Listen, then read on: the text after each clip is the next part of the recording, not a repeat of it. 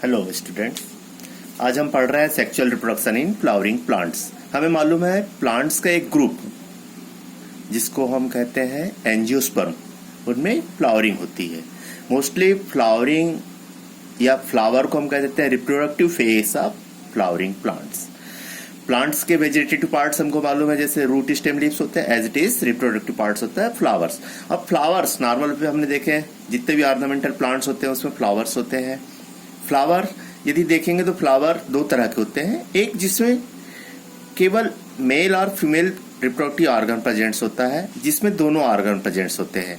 तो जिसमें दोनों ऑर्गन प्रेजेंट्स होते हैं that flower is called bisexual flower, और जिसमें केवल एक सिंगल पार्ट प्रेजेंट्स होता है that is called unisexual flower. अब इसमें एक याद रखना, कुछ प्लांट्स ऐसे होते हैं जिनमें दोनों तरह के फ्लावर्स होते हैं। एक प्लांट्स की एक ब्रांच बियर कर रही है मेल फ्लावर, दूसरी ब्रांच बियर कर रही है फीमेल फ्लावर। मतलब एक ही प्लांट्स है but bear a both type of flowers, that condition is called monoecious. याद रखेंगे, single plant bear a both type of flowers, separate flowers are called condition monoecious plant. और डायसियस को हम other way में कह सकते हैं यूनिसेक्सुअल, एक प्लांट एक ही टाइप का फ्लावर रखता है। अब याद रखेंगे फ्लावर के नेसेसरी और नॉन नेसेसरी या इसेंशियल और non essential plants, flower parts होते हैं। तो याद रखना, हमको जो फ्लावर दिखाई देता है उसमें 4 पार्ट्स इजी वे पे दिखाई देते हैं, जिसको हम कहते हैं सेपल्स, पेटल्स, स्टेमेंस और carpel.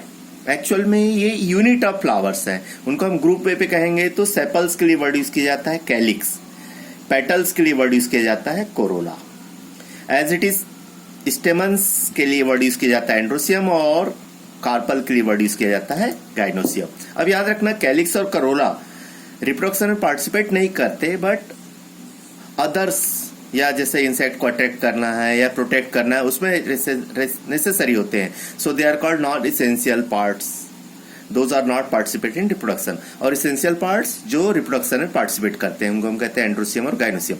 Androecium male reproductive parts होते हैं और गाइनोसियम फीमेल रिप्रोडक्टिव पार्ट्स होते हैं। तो एंड्रोसियम कि एक सिंगल यूनिट के लिए वर्ड यूज किया जाता है स्टेमन। यदि हम एक स्टेमन के स्ट्रक्चर देखेंगे तो स्टेमन के स्ट्रक्चर में 2 पार्ट दिखाई देते हैं, एक जो फिलामेंट्स, जो प्लांट में इस तरह से जो स्ट्रक्चर दिखाई देता है फिलामेंट्स, और ऊपर का स्वेलन स्ट्रक्चर कहलाता है एंथरलोब।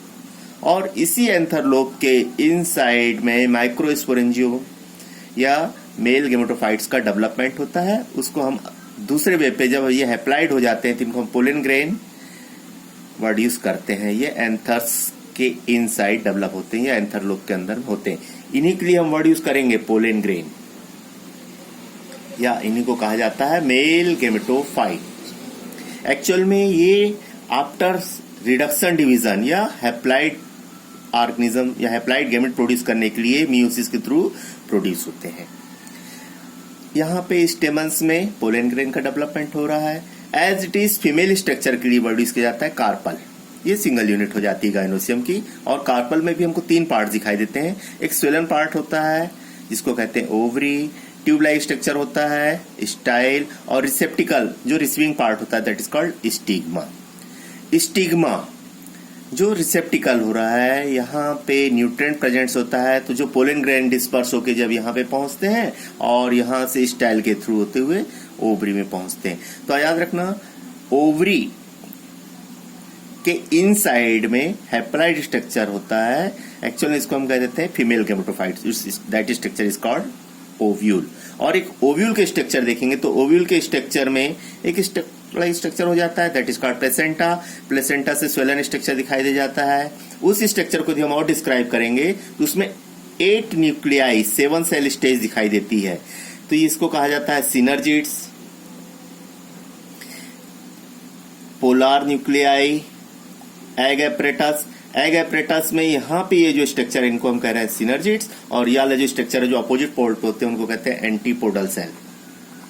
तो यहाँ पे याद रखना, नंबर ऑफ सेल्स कितनी दिखाई दे रही है, 1 2 3 4 5 6 7। तो 7 सेल्स, और न्यूक्लियाई काउंट करेंगे तो 1 2 3, यहाँ पे 4 5 6 7 8 न्यूक्लियाई कंडीशन दिखाई देती है। यह स्ट्रक्चर ऑफ ओव्यूल होता है। अब सिंपल सा हमें एक फ्लावर से यदि हमसे पूछ लिया जाता है, कई बार पूछ लिया जाता है स्ट्रक्चर ऑफ फ्लावर, तो आप इस डायग्राम को बता देना। इस डायग्राम में ये जो स्ट्रक्चर दिखाई दे रहा है जिसको हम सिंपल वे पे डंठल कहते हैं, इज कॉल्ड पेडिसिल। अब इसमें ऊपर की ओर जो रिसेप्टिकल स्ट्रक्चर दिखाई दे रहा है जिसमें फ्लावर्स के पार्ट अरेंज होते हैं, that structure is called thalamus. और इस थैलेमस के स्ट्रक्चर के बाद ये जो स्ट्रक्चर दिखाई दे जा रहा है इसको हम फीमेल पार्ट्स कह दे रहे हैं, इस स्ट्रक्चर को मेल पार्ट्स कह दे रहे हैं। और ये जो पार्ट्स है जिसको हम पेटल्स कहते हैं, जो अट्रैक्टिव पार्ट्स होते हैं, कलरफुल होते हैं, आर कॉल्ड कोरोला। और जो ग्रीन कलर के होते हैं मोस्टली बर्ड स्टेज पे फ्लावर को प्रोटेक्शन देते हैं, that is called Corolla. Corolla की सिंगल यूनिट को कहा जाता है सेपल्स, कैलिक्स की सिंगल यूनिट को कहा जाता है पेटल्स। एंड्रोसियम के लिए आपने क्लियर कर लिया है, उसकी सिंगल यूनिट को कहेंगे stamens. As it is gynoecium की सिंगल यूनिट के लिए वर्ड किया जाएगा कार्पल। यदि मेल फ्लावर है तो उसमें फीमेल पार्ट एब्सेंट होंगे, उसको स्टेमनाइट फ्लावर कहा जाएगा। यदि फीमेल फ्लावर है तो मेल पार्ट्स एब्सेंट होंगे, उसको फेमिनाइट फ्लावर कहा जाता है। और ये यूनिसेक्सुअल होगा। और दोनों प्रेजेंट्स होते हैं बाइसेक्सुअल। तो बाइसेक्सुअल का जो साइन होगा वो इस तरह से रहता है। ये फीमेल फ्लावर का साइन है और ये मेल फ्लावर का साइन है। अब याद रखना, यहां से जो मेल गेमेटोफाइट डेवलप हुए हैं, जो पोलन ग्रेन्स के फॉर्म पे हैं, यहां पर जब पहुंचते हैं, that process is called pollination. What is pollination पूछा जाएगा तो आप कहना transfer of pollen grains from anther lobe to up to the stigma is called pollination. अब देखेंगे पोलिनेशन दो तरह का होता है, सेल्फ पोलिनेशन और क्रॉस पोलिनेशन। सेल्फ पोलिनेशन का मतलब होता है जैसे ये बाइसेक्सुअल फ्लावर है, ये स्टेमन्स डायरेक्ट स्टिग्मा के ऊपर पहुंच जा रहा है without any other agents, that pollination is called self pollination. अब यदि ये मेल फ्लावर या फीमेल फ्लावर है तो स्टेमन्स के या एंथरलोप से पोलन को फीमेल फ्लावर तक पहुंचने के लिए कुछ एजेंट्स की जरूरत होती है, या दूसरे फ्लावर पे जाता है, या एक ही प्लांट्स के अदर फ्लावर से मैटिंग करता है, that pollination is called cross pollination. तो क्रॉस पोलिनेशन अब दो तरह का होता है, ऑटोगेमी और जिट्नोगेमी। जब कोई एक ही कंडीशन पे एक ही फ्लावर पे दोनों तरह का मैटिंग के लिए हो जा रहा है, दैट इज कॉल्ड ऑटोगेमी। और डिफरेंट फ्लावर के लिए हो रहा है तो दैट इज कॉल्ड जिट्नोगेमी।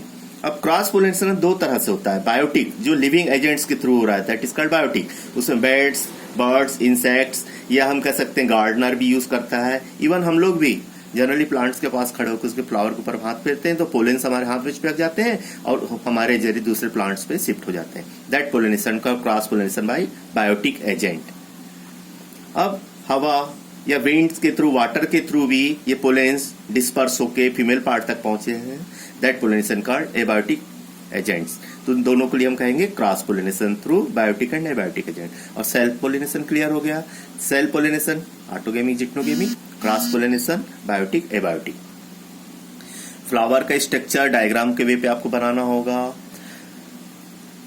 स्टेमन्स का डायग्राम बनाना होगा, कार्पल का डायग्राम बनाना होगा, self pollination cross pollination difference लिखना होगा,